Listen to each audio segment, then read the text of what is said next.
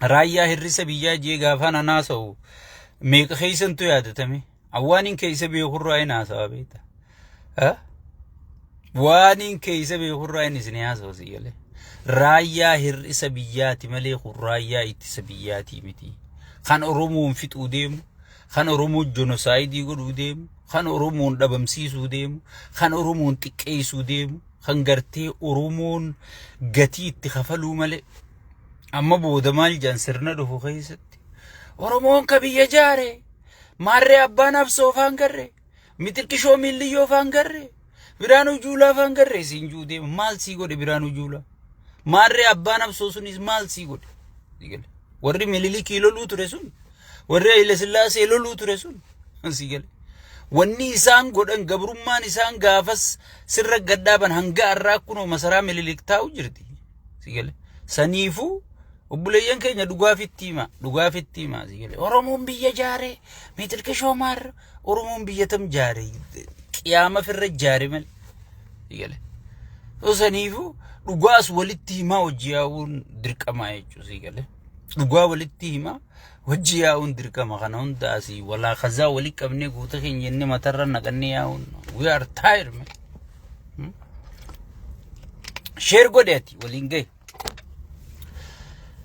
jaawar irratti wa alaykum salaam wa rahmatullahi wa barakatuh zizo baga nagaan dhuftan hundi keessanuu amma gara sagantaa khiyyaatiin seenaa duraan dur suudaan haasoyni jaawar Muhammad maali PP iyyisiisee tajettu itti aansuudhaan TPLF shaabiyaa fannoon wal tahanii gaddeemu jiran jedhanii ololli deemaa jira kanarrattiin gartee gabdi bu'ee dhugaa jirtu waaniin keeysa beeku isinii himaa jechuu si galee dubbiiti yammaas ittuma dhuftan ni turtan malee ittuma dhuftanii jechuu gaafaan raayyaa hirrisa biyyaa jee haasoo isin jookittiin jira seetan arra jaawar gabbee takka lafa isin naq wayna waggaa tokko duraan isin haasoo ture raayyaa hirrisa biyyaa kan oromoon itti jonosaayidii ta'u teessu kan barataan oromoo itti dhumuu taa'u kan oromoon gatii itti kafaltu gatii gartee galatan qabne bar yoo waraana taate galata qabaachuu qabda bar veteran hospital veteran home jaaniiti bar biyya Amerikaa tanatti gartee warri biyya sarvi godhe jaanii kabajaa qabanii yoo ijjitee si bayit yoo harki sirraa murame yoo miilli si cabe si gale fuudhaniiti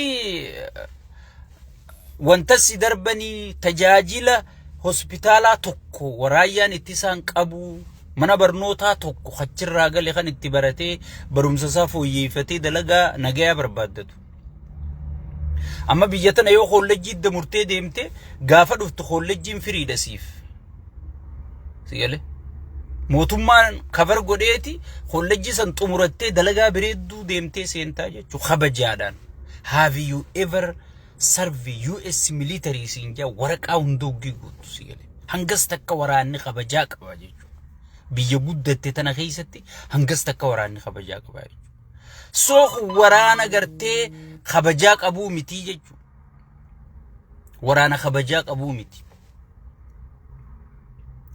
kan gartee ma namni itti fixu dhiifama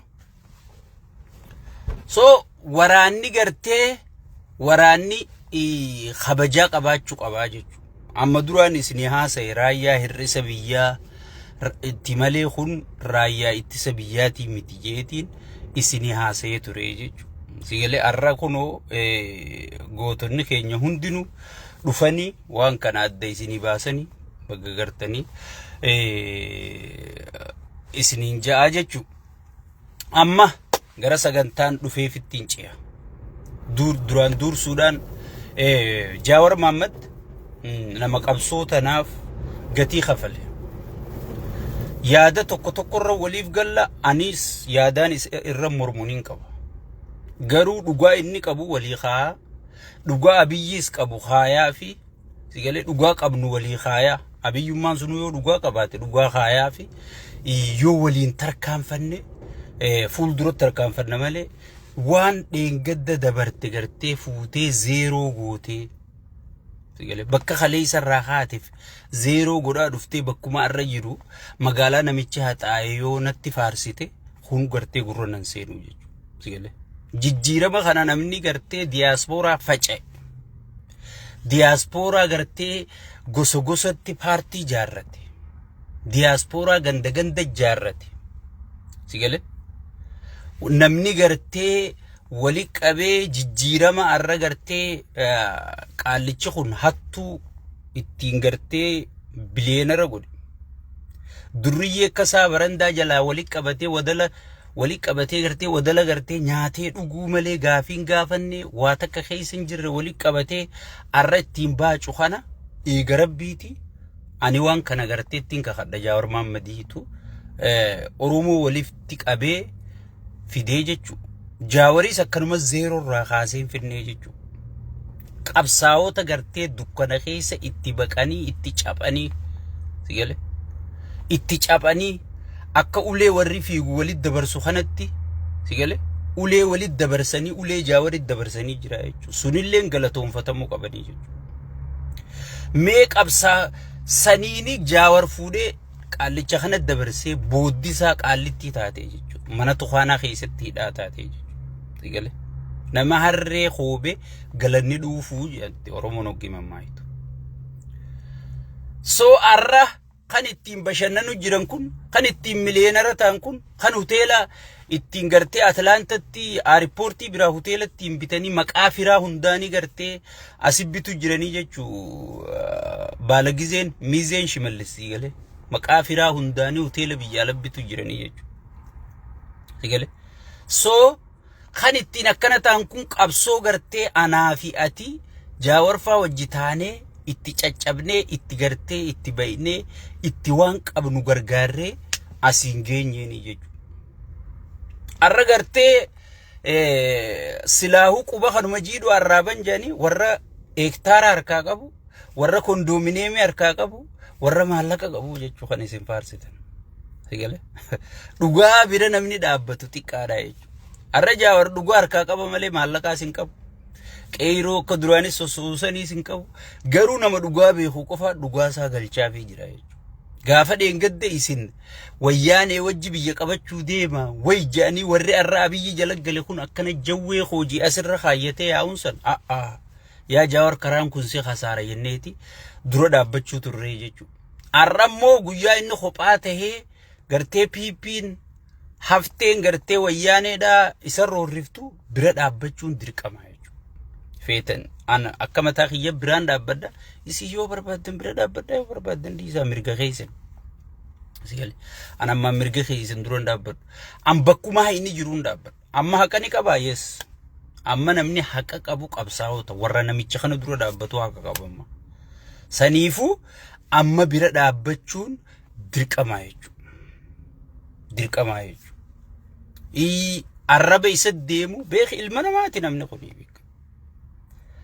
Obsee usu jira malee arraba isaan jaamu waan isa xiqqeessu kana ni jaalata sitti hin fakkaatin.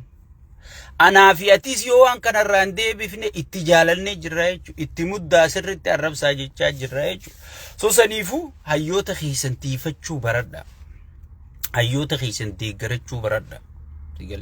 Namni yoo ati waan takka gootee fi morkee si godha jechuudha. Sigale yoo ati waan takka gootee fi morkee si godha jechuudha.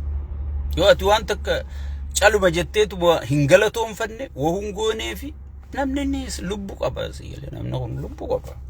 Sigale namni hamilee barbaada. Sigale hamilee barbaada. Saniifuu tatanaa asumattiin dhaabee Tajaawar ajandaa if dandeessi godhadheetiin dhufa waan ta'eef asuma dhaabeetiin tatte'aan tukkutaa amma wanniin dhufeef guddoon haala yeroo amma dura deemaa jiru kana hundaa'u walumaan harkaa jirra jechuudha. Burjaajii takka keessa galee jira ummanni keenya. Ummanni keenya burjaajii takka keessa galee jira jechuudha. Wayyaaneen nu dhufu jirti. Fannoon nu dhufu jirti. Eeltiraan nu dhufu jirti. Yaa adeero si caala Shimallisiis Abiyyiis kan dhaadatu Mallas Zeenaawi. nuti ilma wayyaanee ta'uu nun dagatinaa nuti guddisa wayyaanee ta'uu nun dagatinaa jedhaniiti dhaadataniin Taaddasaa Birruu Jaarraa Abbaa Gadaa Waaqoo Guutuu maarree Oliiqaa Dinqil kanati haasoytu kana isaan gartee beekaati gartee siin ergachuudhaaf sigale sitti fayyadamuudhaaf sigale hoggi miidiyaa irratti asbaan if qaanfachaa if maddii lallaalaa jedhan malee itti hun amanan waan ati haasoytu tan sigale wayyaanee fi shaabiyaa fi fannoo jechuun abbaa fi ilma ka 4 kiiloo jiruus kun gartee narraa himi Taayyee Asqasillaasee pirezidaantii Itoophiyaa Amaara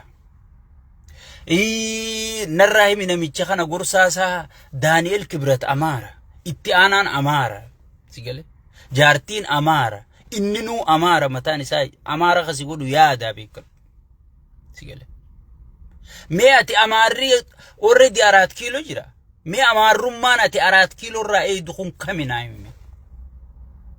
mee if gaafad yaa lammiitu mee gajjii if gaafad mee Amaarrummaan ati 4 kiiloo irraa hin eega jette ilmootee itti gabbartu qabeenya kee itti dhabdu mee Amaarrummaan ati eeydu kun kami kana miidha jettu mililik bara 4 kiiloo jira sigale mililik bar du'aan ka'eeti haasawu jira adwaan lolli mililikin jifate bar faarfameeti qeeroon isaan ichi geessite arrabsamaa hidhamaa gidirfamaa caccabsamaa jirtii bar sigale caccabsamaa jirtii bar mee Amaarrummaan ati firraa eeydu kun kaminaa Amaara jechuun yaadarra walii gallee beeka anamma yooni yaada mililika baadaan mililiki mataan kiyya siifin hima yaada bifaa miti amantii miti yaada namicha sanii qabaannaan ati namicha saniin tokko sigale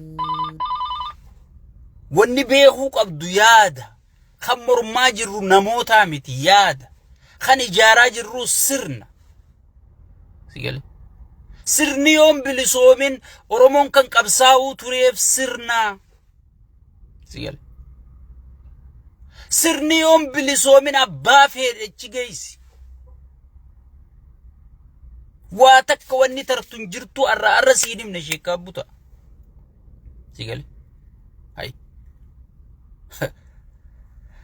mililik abbaa keenya yenee lijee nagaa jiraadhuu jeeti boodarra Abiyyi dhaammatee kute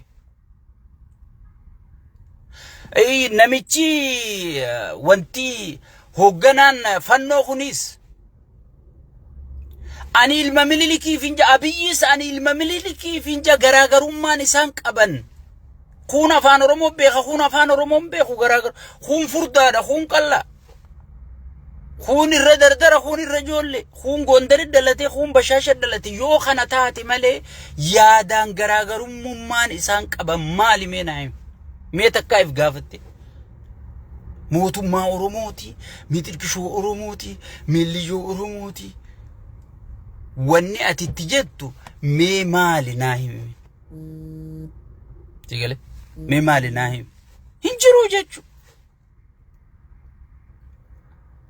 jechu namni seenaa mililik sirra faarsu nama tokko bars lammii takka saba tokko kan jiraachiftuun seenaadhaanii bar aadaa isaatii bar afaan isaatii bar mee Oromoon aadaa tam piippiin ol qabdeef afaan kam afaan federaalaa gooteef Oromiyaa tam ijaarteef